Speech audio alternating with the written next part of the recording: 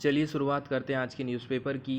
Front page से ज़्यादातर जो न्यूज़ है वो पॉलिटिकल व्यू को लेकर के, जैसे कि कर्नाटक के सीएम बीएस येदियुरप्पा ने मुख्यमंत्री के पद से इस्तीफा दे दिया है। इसके बाद सेकंड जो न्यूज़ है वो है राहुल गांधी की ट्रैक्टर राइडिंग से रिलेटेड। ये पार्लियामेंट तक गए ट्रैक्टर चलाते हुए ये संदेश देने के लिए कि ये किसानों की बात सरकार के सामने रखना चाहते हैं। सरकार जल्दी से जल्दी इन किसान कानूनों को वापस ले। पार्लियामेंट में इससे रिलेटेड कोई सुनवाई नहीं हो रही है, ऐसा राहुल गांधी का कहना है। तो पहली वाली जो न्यूज़ है पॉलिटिक्स वाली वो है बीएस येदियुरप्पा से रिलेटेड। ऐसा माना जा रहा है कि इनकी एज हो गई थी, इसी के चलते चलते इन्होंने अपने पद से इस्तीफा दिया है और ये आप देख रहे हैं अपने आंसुओं को पोंछ रहे हैं। बाद में इन्होंने ये कहा कि ऐसा नहीं है कि मैं अपनी विदाई है या फिर मैं इस्तीफ़ा दे रहा हूँ इसलिए खुश नहीं हूँ, इसलिए मेरे आंसू हैं। मैं खुश हूँ और ये मेरे खुशी के आंसू हैं, ऐसा इनका कहना है। इसके बाद अभी एक दो दिन पहले हमने मीराबाई चानू के बारे में पढ़ा था। इन्होंने वेट लिफ्टिंग में सिल्वर मेडल जीता था, तो अब ये रिटर्न अपने इंडिया आ गई हैं। इन्हीं का यहाँ पर स्वागत हो रहा है Indira Gandhi international airport new Delhi में। एक बात और इनको ये कही गई है डोमिनोज पिज़्ज़ा की ओर से कि इनको डोमिनोज पिज़्ज़ा फ्री प्रोवाइड किया जाएगा। अब चूंकि जो फ्रंट पेज है यहाँ से सारी जो न्यूज़ है वो पूरी पॉलिटिकल व्यू को लेकर के है। हमारे काम की उतनी ज़्यादा कोई न्यूज़ नहीं है, इसलिए हम एक काम करते हैं, पॉलिटी का ही मुख्यमंत्री वाला जो सेक्शन है ना उसको थोड़ा सा हम कवर कर लेते हैं। सबसे पहली बात हम करेंगे मुख्यमंत्री की नियुक्ति से रिलेटेड। ठीक है, नियुक्ति के लिए क्या प्रावधान किया गया है संविधान में मुख्यमंत्री को। तो संविधान में मुख्यमंत्री की नियुक्ति और उसके निर्वाचन के लिए कोई स्पेशल प्रोसीजर नहीं है। केवल अनुच्छेद 164 ये कहता है कि मुख्यमंत्री की जो नियुक्ति है वो करता है राज्यपाल, ऐसा 164 आर्टिकल में कहा गया है। अब इसका मतलब तो ये नहीं हो गया कि किसी भी व्यक्ति को राज्यपाल मुख्यमंत्री बना देगा। हमारी जो संसद वाली व्यवस्था है उसमें स्टेट की जो विधानसभा है, विधानसभा में कोई भी पार्टी यदि बहुमत से जीत रही है तो बहुमत प्राप्त दल का नेता ही मुख्यमंत्री नियुक्त किया जाता है राज्यपाल के द्वारा। अब कभी कभी ऐसी भी कंडीशन हो जाती है कि बीजेपी को भी बहुमत नहीं मिला, कांग्रेस को भी बहुमत नहीं मिला और भी जो अदर पार्टी थी उसको भी बहुमत नहीं मिला, तो इस समय राज्यपाल के ऊपर फिर बात आ जाती, तो अपने विवेक का इस्तेमाल करता है। तो इसमें फिर वो क्या काम करेगा, जो सबसे बड़ी पार्टी है, ठीक है, सबसे बड़े दल या फिर दलों के समूह के नेता को मुख्यमंत्री बनाएगा, नियुक्त करेगा। और फिर कंडीशन ये रख दी जाती है कि आपको 1 महीना के अंदर में विश्वास मत प्राप्त करना है सदन में। राज्यपाल अपने व्यक्तिगत फैसले द्वारा मुख्यमंत्री की नियुक्ति तभी करेगा जब कार्यकाल के दौरान उसकी डेथ हो जाती है या फिर कोई उत्तराधिकारी अभी तय नहीं हुआ कि किसको सीएम बना दे। हालांकि डेथ के संबंध में जो पार्टी सत्ता में है नए नेता वो चुन लेती है और राज्यपाल के पास उसे मुख्यमंत्री नियुक्त करने के अलावा कोई बात बची ही नहीं है। और एक बात हमको ध्यान रखना है कि संविधान में ऐसी कोई बात नहीं है कि मुख्यमंत्री नियुक्त होने के पहले कोई व्यक्ति उसको पहले से ही आप कह रहे हो कि बहुमत को आप सिद्ध करो, ऐसा कोई प्रावधान नहीं है। इस मामले में क्या काम करता है, राज्यपाल पहले किसी व्यक्ति को नियुक्त कर देता है और उसके बाद ही कहता है कि आप सदन में बहुमत को सिद्ध करिए और उसके लिए पार्टिकुलर टाइम दे दिया जाता है। और ऐसे जो केसेस हैं ना अभी तक बहुत सारे हम देख लिए। अब दूसरी बात ये है, ये राज्य की विधानसभा है, ये राज्य की विधानसभा है। यदि कोई व्यक्ति यहाँ का सदस्य नहीं है तो भी 6 महीना के लिए उसको मुख्यमंत्री बनाया जा सकता है राज्यपाल के द्वारा, उसको नियुक्त कर देगा राज्यपाल। इसी टाइम के दौरान उसे राज्य की जो विधानसभा है उसके लिए निर्वाचित होना पड़ेगा। ऐसा यदि वो नहीं करता है तो मुख्यमंत्री का पद जो है समाप्त हो जाता है। तो संविधान कहता है मुख्यमंत्री को विधानमंडल के दोनों सदन में, ठीक है, विधानसभा या विधान परिषद, किसी एक का उसको सदस्य होना जरूरी रहता है। नॉर्मली मुख्यमंत्री निचले सदन, जिसको विधानसभा कहा जाता है ना, यहाँ से ही उसको चुनते। लेकिन कई सारे अवसर ऐसे भी आए हैं जहाँ विधान परिषद के सदस्य को भी मुख्यमंत्री नियुक्त किया गया है।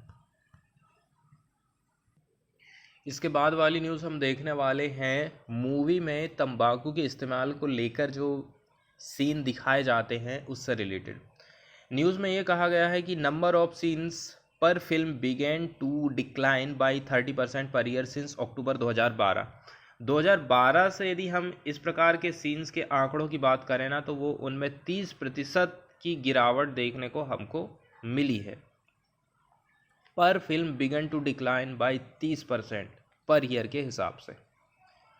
तो होता क्या है, जो तंबाकू बनाने वाली कंपनियां हैं ना, वो सोचती हैं कि हमारा प्रोडक्ट ज़्यादा से ज़्यादा कैसे करके बिकेगा।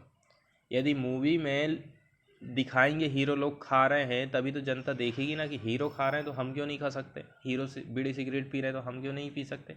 तो अपने प्रोडक्ट को और भी ज़्यादा बेचने के हिसाब से या फिर उनको और पॉपुलर बनाने के हिसाब से वो लोग मूवी में दिखाना चाहती हैं।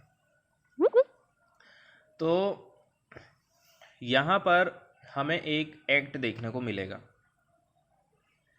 इसमें बताया गया है tobacco free films and TV rules 2012 has reduced tobacco depiction in Bollywood film as per a new study release by Hriday HRIDAY, a Delhi based NGO है जो कि स्टडी की थी टोबैको के incident in top grossing Bollywood film. 2006 से लेकर 2017 में जितनी भी मूवी आई है ना फेमस, उनमें उसने स्टडी किया था कि किस हिसाब से इस प्रकार के सीन्स उसमें दिखाए जा रहे हैं। तो इसमें बात ये सामने आई है, तंबाकू के जो इंसिडेंट हैं या सीन्स हैं पर फिल्म इंक्रीज हो रहे थे by 10% per year. Incident rate ratio of 1.1 per year. तो before the rules took effect in October 2012, इसके लिए कानून बन गया है।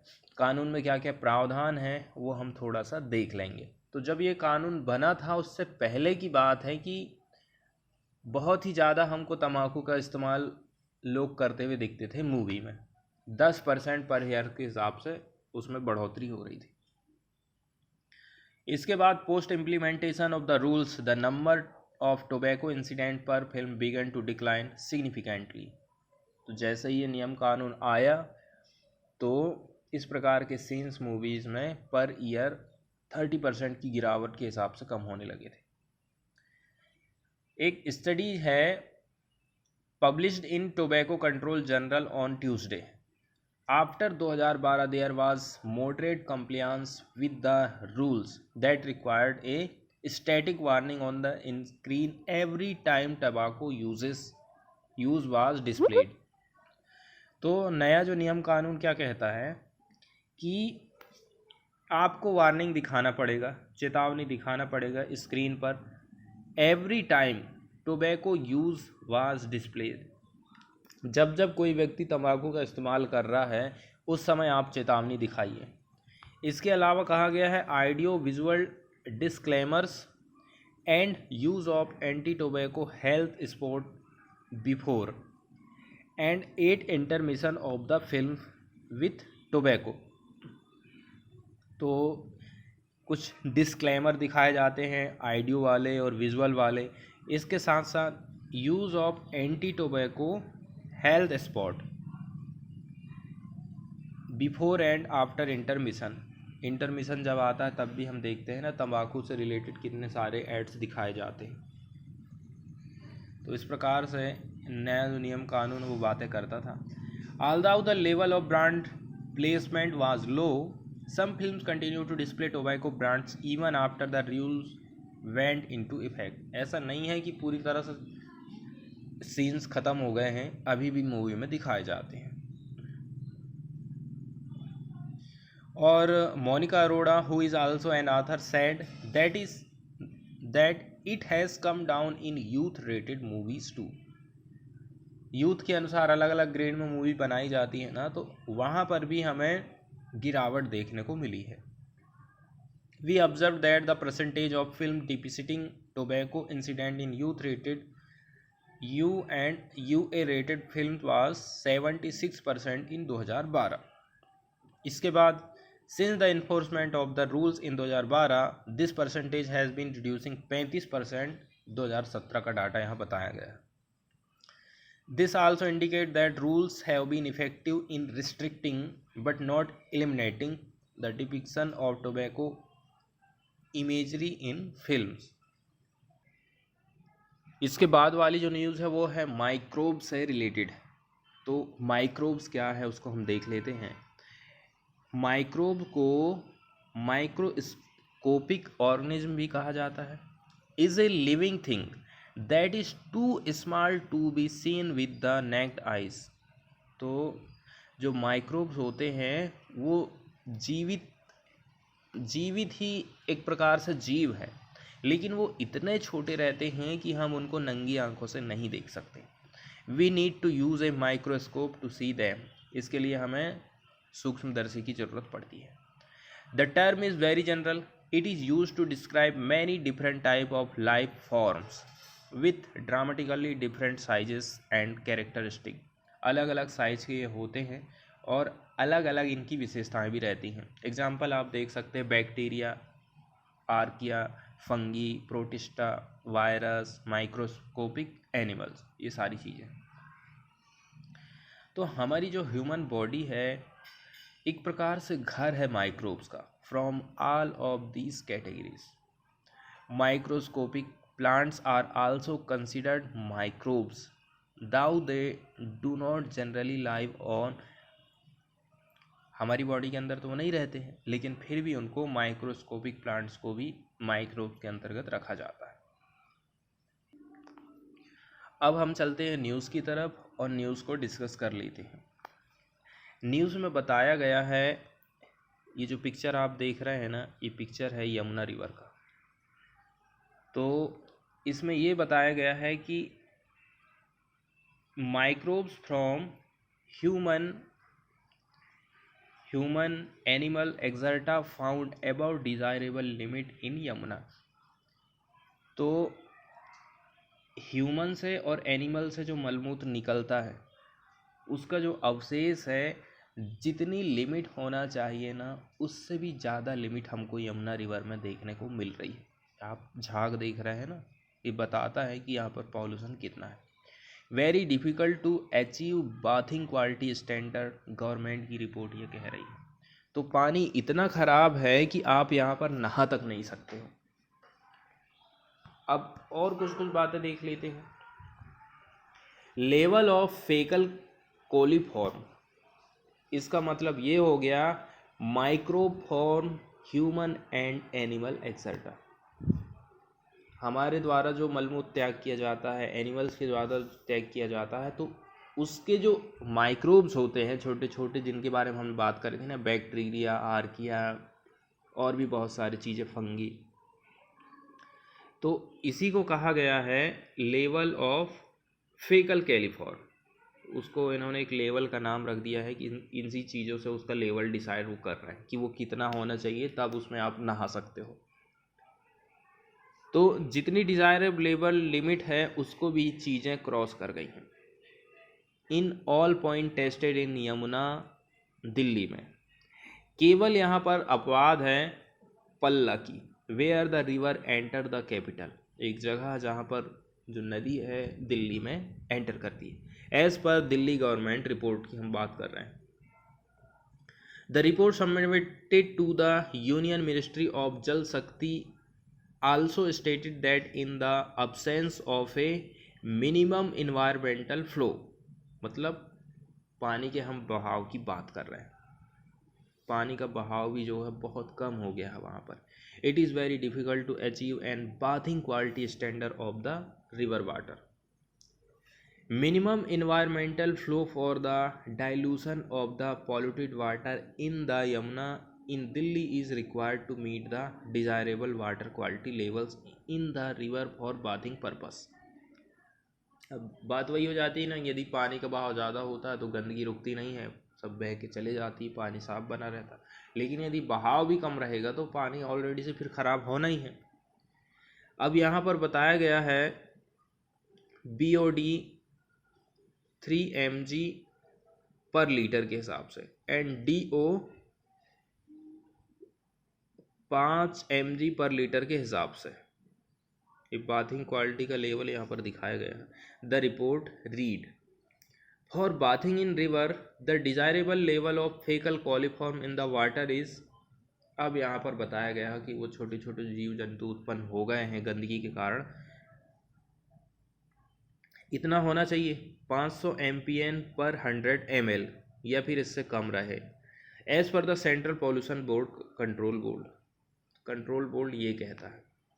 लेकिन जो लेवल है वो हो गया है 1,40,000 MPN पर 100 ml, मतलब 280 गुना जो लिमिट निर्धारित कर दी गई है उसका।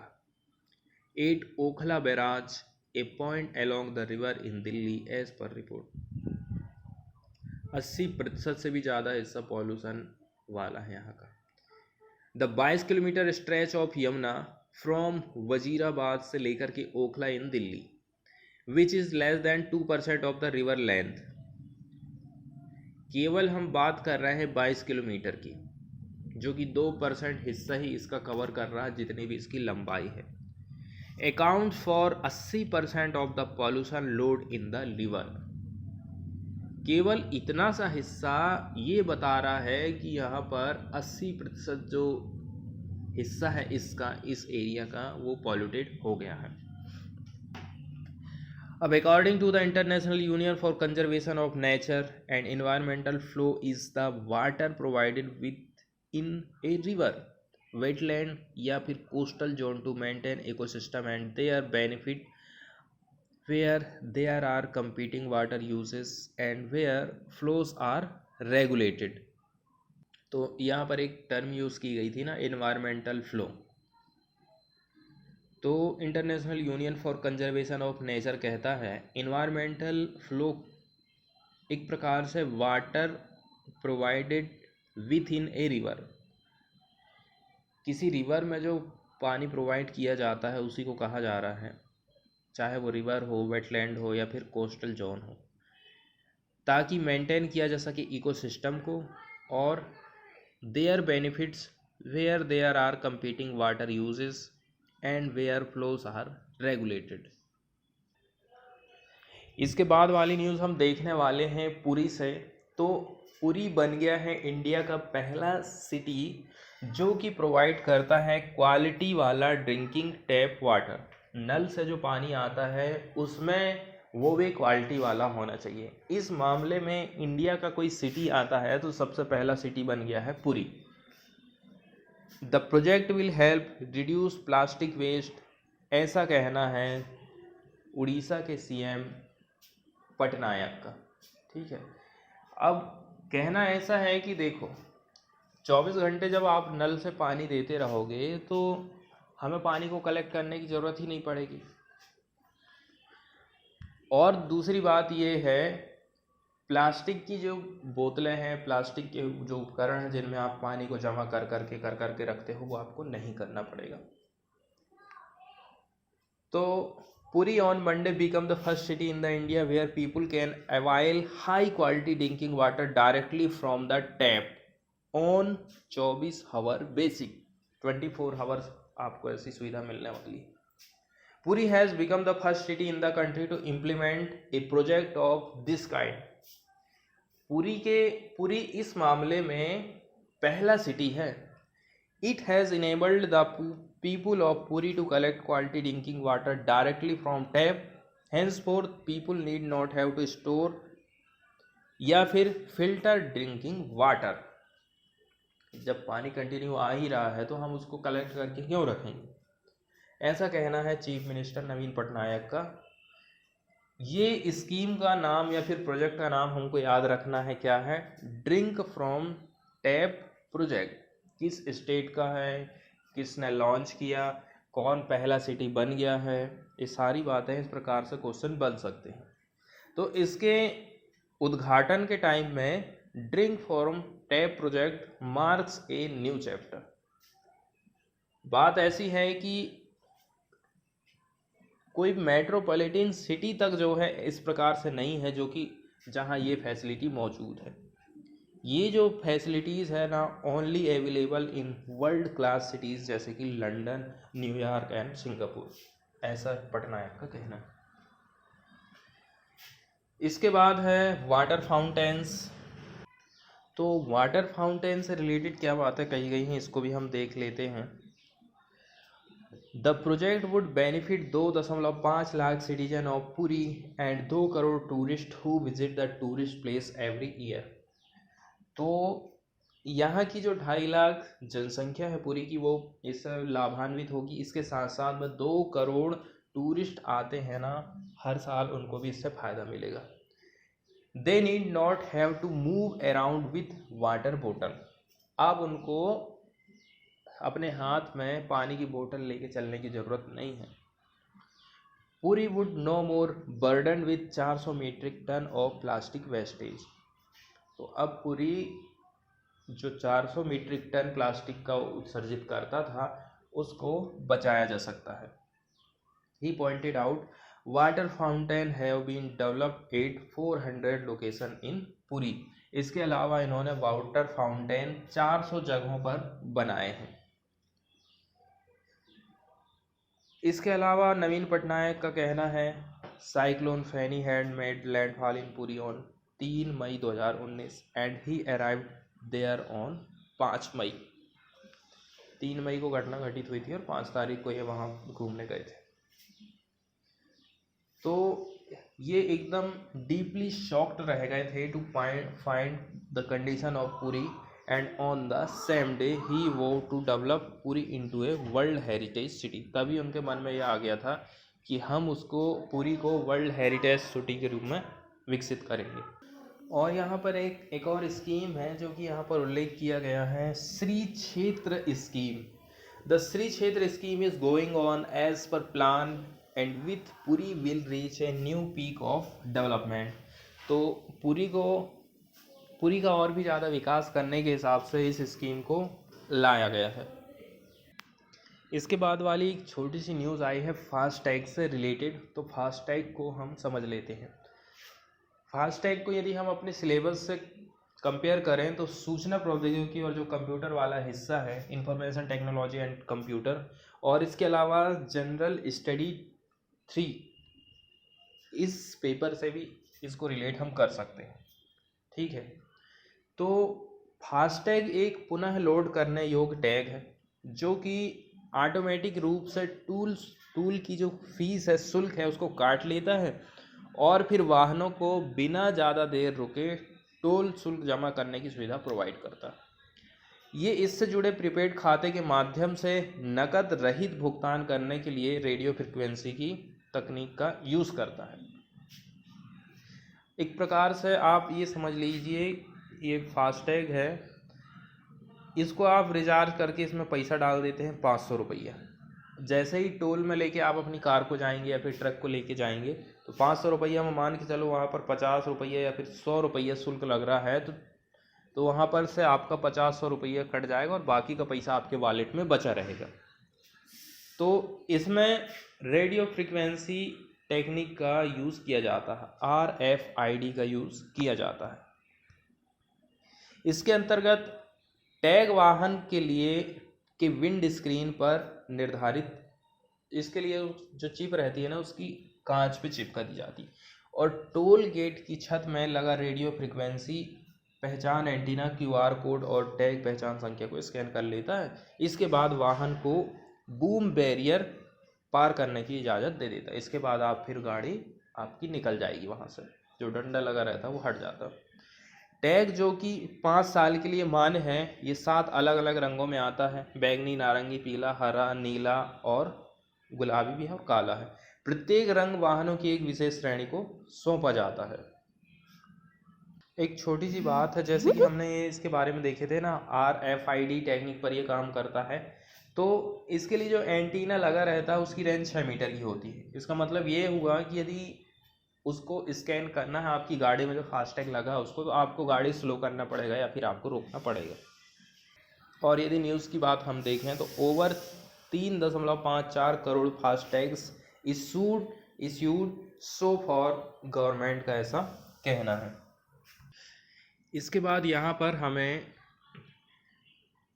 2 प्रकार के बिल देखने को मिल रहे हैं, न्यूज़ में आए हैं। Factoring regulation amendment bill 2020 and the national institute of food technology entrepreneurship and management bill 2021। इनको पास किया गया है कहाँ पर? लोकसभा में। तो ये दोनों जो बिल हैं इसको आप एक बार देख लेना, और यदि टाइम बचता है तो मैं इनके ऊपर वीडियो भी ज़रूर बनाऊंगा। पहला है factoring regulation amendment bill 2020 and the national institute of food technology entrepreneurship and management bill 2021। ठीक है, इनको हमें देखना है। इसके बाद वाली जो न्यूज़ है वो लैंड स्लाइड से रिलेटेड है। कल हमने लैंड स्लाइड के बारे में जाने थे, जियोग्राफी का थोड़ा सा एरिया हमने कवर किए थे। तो आगे यदि आपसे पूछा जाता है कि आखिर घटनाएं ऐसी घटित हो क्यों रही हैं, तो इसी को लेकर के इसका जवाब आया है। मतलब इससे रिलेटेड कुछ रिसर्च स्टडी वगैरह पब्लिश की गई हैं, उसी के बारे में ये न्यूज़ आई। Land use change disrupted Kinnaur ecology says study. तो उसी लैंड स्लिप की बात यहाँ पर की गई है। तो भूमि का जो यूज़ किया जा रहा है उसमें जो चेंजेस आ रहे हैं, बदलाव आ रहे हैं, उसी ने किन्नूर डिस्ट्रिक्ट की जो इकोलॉजी है उसको प्रभावित किया है, ऐसा स्टडी का कहना। Development project could up the risk of land slip. तो आप वहाँ डेवलपमेंट करने के लिए जो प्रोजेक्ट बना रहे हो ना, तो वो सब कुछ नहीं बनने वाला, बचने वाला, वो रिस्क में है, वहाँ लैंड स्लिप्स हो सकता है। After 9 people lost their lives in landslip in Himachal Pradesh Kinnaur district, a debate surrounding the degradation of the environment in this ecological sensitive hill terrain is bound to gain momentum. जैसे ही 9 लोगों की death हुई है वहाँ पर landslide होने के कारण, अब डिबेट चालू हो गई है। स्टडी ये सजेस्ट करती है that both hydro power project and afforestation effort, आप वहाँ पर हाइड्रो पावर के प्रोजेक्ट चलाओगे, वहाँ के पेड़ पौधे काटोगे, तो क्या होगा? आपने उस ज़मीन का, फॉरेस्ट का हाइड्रो पावर प्रोजेक्ट के लिए उसको डिलीवर्ड कर दिए। तो यही जो है निगेटिव इम्पैक्ट डालता है फॉरेस्ट के इकोसिस्टम। द स्टडी टाइटल्ड है मिटिगेशन, या फिर कोई मिथ है, impact of hydro power development and compensatory afforestation of forest ecosystem in high Himalayas was undertaken by Mansi Asher and Prakash Bhandari. तो इन्होंने 2012 से लेकर के 2016 तक का डेटा कलेक्ट किया, सारी चीज़ें गवर्नमेंट के रिकॉर्ड से इन्होंने दी, and ground research to examine the extent, nature and impact of forest diversion for hydropower project in Kinnaur district में ज़मीन का जो इस्तेमाल विकास के लिए किया जा रहा है उसका क्या असर पड़ रहा है, इसको लेकर के इन्होंने स्टडी किया था। तो स्टडी में ये बात आई that not only construction activity for hydro power project impacted existing land use, disturbed forest biodiversity and fragmented the forest landscape, but the related compensatory afforestation plantation are also ridden with problems. अब यहाँ पर आपको क्या क्या चीज़ें देखने को मिल जाएंगी कि जो वहाँ के पेड़ पौधे थे ना, वहाँ पर कमी गिरावट देखने को मिल रही है 10% की। इंटर स्पीसीज कॉन्फ्लिक्ट देखने को मिल रहे हैं। Infringement on local and usage and damage by wild fires and landslip, जंगल में आग लगना, लैंडस्लिप होना, ऐसी सारी घटनाएं बढ़ गई हैं। इसके अलावा इन्होंने जो टनल होती हैं, सुरंग रहती हैं माउंटेन के अंदर, वहाँ पर भी कुछ स्टडी किया था। Study show that the tunnelling in mountain area, इससे होगा ये कि areas will result in the risk of more land slips, क्योंकि large amount of water percolate into surface, क्योंकि पानी जो है ना रिसने लग जाता है, रिसने के कारण ही फिर पत्थरों की जो पकड़ रहती है ना, मजबूती, वो कम हो जाती है। इसी के चलते चलते लैंडस्लाइड देखने को मिलता है। The use of dynamite for blasting through the surfaces and underground component of the project disturb existing slope and fragile geology. Last में इन लोगों का ऐसा कहना है, देखो, we are not against development but Kinnaur is environmentally fragile. पर्यावरणीय रूप से देखें ना तो बहुत ही ज़्यादा ये सेंसिटिव एरिया है जहाँ छेड़छाड़ आप नहीं कर सकते हो। And this fact should not be ignored, और इसको हम इग्नोर नहीं कर सकते। Development at the cost of human lifes is not acceptable. अब आप ऐसा विकास कर रहे हो कि जिसमें ह्यूमन की लाइफ जा रही है, तो वो डेवलपमेंट कौन से काम का है?